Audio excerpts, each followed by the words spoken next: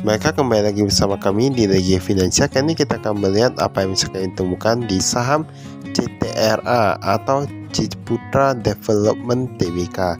Jadi ini perusahaan properti ya. Ini saya sudah tahu semua karena saham ini cukup terkenal dengan kinerjanya serta brand awarenessnya, yaitu Ciputra, Citraland dan lain-lain gitulah ya. Di sini ada disebutkan tuh direktur utamanya ada Chandra Ciputra, kemudian direkturnya ada Tulus Santoso. Untuk nama kantor mereka ada di Ciputra World 1 di West Bank Tower lantai 39 dalam Prof. Satrio di Jakarta. Jadi di sini ada disebutkan juga untuk alamat domisili mereka. Nah, ini gak main-main nih. Ada Jalan Bukit Golf, ada di Kemang Indah dan lain-lain ya. Untuk laporan keuangan kali ini mereka itu nilainya itu jutaan tapi bentuk rupiah, jadi nanti dikali saja dengan 1 juta. Kas dan setara kas kalau kita lihat di sini dia meningkat ya. Oke, dia meningkat kayak ini petanda yang cukup bagus nih. Nah, untuk piutang usaha pun dia meningkat juga. Kita lihat persediaan dia bakal meningkat sekitar 280 miliaran, 270 hingga 80 miliaran gitu. Untuk total asetnya bahkan dia meningkat ya. Ini semua rata-rata meningkat kali ini kalau kita lihat. Bahkan kita lihat tadi persediaan pun udah meningkat 270 miliaran, kita anggap saja kayak gitu. Untuk tanah untuk pengembangan bahkan meningkat juga 7,5 triliunan menjadi 8,2 miliaran. Itu artinya apa? Meningkat 700-an miliaran. Kita bayangkan saya 700-an tambah 200-an tadi udah meningkat berapa tuh? Nah, paling nanti tambah dengan laba ya. Tapi kita lihat apakah laba menurun atau enggak. Hutang bank jangka pendek dia menurun. Oke, cukup bagus. Ini utang usaha dia meningkat, lain-lain meningkat. Kita lihat yang jangka pendek dia dari 10 triliunan 10,6 jadi 12,5 triliunan. Berarti kalau dia meningkat 1,9 gitu, 1,9. Total hutangnya kita lihat saja. Berarti total hutangnya dia meningkat kurang lebih 1,5 ya, 1,5 triliunan kurang lebih. Ekuitasnya apakah dia meningkat? Ekuitasnya, ternyata peningkatan ekuitas tidak sebesar dengan peningkatan hutangnya. Tetapi menurut kami ya, ada dua tipe industri yang kalau ekuitasnya itu tinggi cukup bagus. Dia perusahaan yang bergerak di bidang modal dan perusahaan yang bergerak di bidang properti. Entah mengapa kalian berpikir kalau perusahaan properti dia memang tetap utang, tetapi dia bisa menghasilkan keuntungan itu cukup bagus, asal jangan keuntungannya habis untuk bayar utang ya. Penjualannya bahkan meningkat dari 4,4 triliunan menjadi 5 triliunan. Kita langsung lihat beban uang meningkat, bagian laba 562, bangkoan pun meningkat sedikit ya. Tapi semua termasuk cukup bagus sih. Kalau kita lihat labanya dari 800 miliaran menjadi 1,1 triliunan. Nah, itu kurang pagi kita, berarti kurang lebih 300 miliaran tambah persediaan 500 miliaran tambah lagi tanah pengembangannya ya.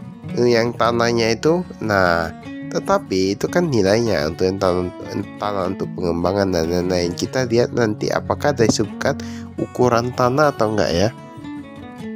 Sejauh ini semua baik loh. Apalagi tadi laba yang meningkat cukup drastis ini entah karena faktor dari yang Citraland atau gimana ya. Karena kalau kami lihat memang ini proyeknya mereka fokus kepada kualitas ya, kualitas desain dan lain-lain. Nah, ini cukup bagus sih menurut kami. Apalagi brandnya udah cukup terkenal. Nah, itu pentingnya yang dinamakan brand awareness. Nah, brand awareness apalagi kalau perusahaan properti misalnya, kalau pengembangnya itu sudah dikenal dengan kualitas yang bagus, dengan proses pengembangan ataupun proses pembangunan yang cepat, handal dan tepat waktu ataupun janjinya ditepati. Nah, pasti kalau lebih developernya itu atau pengembangnya itu pasti akan dipercayai. Nah, jadi memang untuk yang seperti ini brand awareness-nya itu sangat diperlukan. Tetapi menurut kami ya, ini Ciputra ini awareness-nya sudah cukup kuat. Dari beberapa laporan keuangan kemarin kami sudah sering mengatakannya. Karena memang mungkin orang lebih melihat desainnya ya, melihat bagaimana mereka menyelesaikan pekerjaan mereka. Ini kas setara kas, kita lihat kas rupiah, US dollar. Oke, gak gitu aja, tapi jangan sedikit aja. Ini kita lihat yang Bank Mandiri. Oh, ini kasnya di Bank Mandiri meningkat juga ya, nggak begitu pesat, tapi setidaknya meningkat nih. Dalam rupiah meningkat juga. Nah, ini yang deposito paling banyak taruh di bank-bank bank-bank umum gitu. Kas dan setara kas. Nah, ada USD, ada deposito dan USD. Dia berkurang sedikit ya. Nah, tapi menurut kami kalau deposito itu nilainya kalau kecil, bagusan, misalnya kalau mau dipakai juga bagusan uangnya memang dipakai ya untuk keberlanjutan bisnis ataupun untuk usaha, diputar lagi untungnya kayaknya lebih banyak ya. Piutang usaha ini pendapatan pusat niaga dan lain-lain, penjualan apartemen. Ini piutangnya ini dia sedikit meningkat ya. Kalau kita di sini ada jasa perhotelan, penjualan ruang kantor. Ini bergerak di hampir semua bidang loh. Ini menurut kami cukup bagus nih. Baik, yang satu turun, yang satu naik, oke lah ya. Bahkan untuk kita lihat ini lebih dari 2 bulan saja, 61 hari itu 2 bulan kurang lebih ya gitu ya. Nah, 28 miliaran saja. Jika ini termasuk cash flow-nya agak cukup lancar. Pada beberapa kali kami temukan perusahaan properti itu, dia cash flow-nya kurang lancar, tapi ini lancar-lancar aja. Nah, kita lihat nih persediaannya bahkan untuk ini semua meningkat. Aset pengembangan tanah meningkat, ruko damping saya meningkat, apartemen damping saya meningkat, semua rata-rata meningkat. Untuk makanan dan minum itu kan hanya sebagai kayak servis atau gimana gitu, dan yang lain-lainnya kayak hotel itu ini jualnya gak gitu besar, tapi semua rata-rata kalau kita meningkat ya. Ini memang cukup bagus menurut kami. Saya nggak bisa ditebak sih. Mungkin kita lihat kotak ini bagus, tapi kotak berikutnya kan kita nggak tahu ya. Ya, jadi semua nggak bisa diprediksi, tapi setidaknya kita bisa lihat dari pengembangannya. Kalau mereka sudah mulai genjot pembangunan atau lain-lain, itu berarti mungkin mereka percaya diri ya. Tapi nggak tahu juga, itu tergantung usaha mereka juga ya. Kita lihat ini, kita skip. Tapi bagus lah, semakin banyak perusahaan bagus di Indonesia semakin bagus.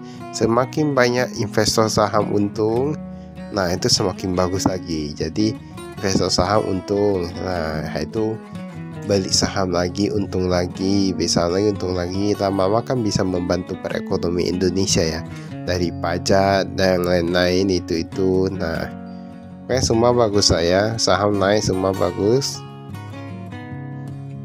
Penjualan dan pendapatan usaha. Kalau kita lihat di sini, ini ada penjualan yaitu dari kafling, rumah hunian dan ruko. Wah, ini yang meningkat nih, meningkat cukup pesat nih ya. Ini yang meningkat pun pendapatan usaha dan pusat niaga pun meningkat. Oh, yang komersial meningkat, pelayanan kesehatan apalagi semua meningkat. Yang hotel memang agak sedikit menurun, tetapi ditutupi oleh beberapa hal lain seperti lapangan golf meningkat juga. Ini hotel dia meningkat, yang sewa kantor yang menurun ya ini ya. Tapi oke lah ya, nggak apa-apa, semua rata-rata meningkat, lain-lain pun meningkat.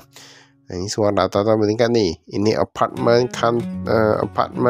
coupling, ruko, beban pokok oke lah ya, dia meningkat, tetapi laba meningkat masih cukup oke. Di sini bebannya, sumbangan dan jamuan meningkat, oke, cukup bagus. Karena memang kasih servis kepada customer, walaupun kita gak tahu dia ujungnya deal atau enggak ya. Nah, tapi setidaknya ada pelayanan yang cukup bagus. Perlengkapan kantor meningkat, oke. Jasa profesional meningkat. Inilah yang kami sukai ya. Ibaratnya jasa profesional, kita tidak perlu terlalu membuat biayanya melonjak begitu besar, tetapi penjualannya itu malah menurun. Karena kami seringkali ketemu banyak yang kayak gitu ya, penjualan menurun, baru pakai jasa profesional. Pakai jasa profesional mahal pun nggak pasti juga ya. Memang mungkin berdampak juga nih bang penjualan itu, tergantung tergantung kinerja. Makanya bisa pilih mana yang lebih bagus juga ya jasa profesionalnya. Ini informasi segmen, kita lihat di sini. Oh, dia gak langsung disebutkan nilainya, cuma masukkan asetnya dan lain-lain gitu.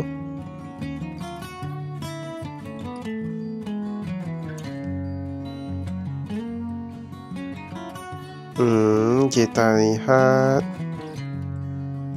perjanjian dan ikatan penting. Nah, ini kalau kita lihat, memang kebanyakan perusahaan properti itu dia memiliki perjanjian dan lain-lain, ataupun terkadang kebanyakan ada perkara kasus ya.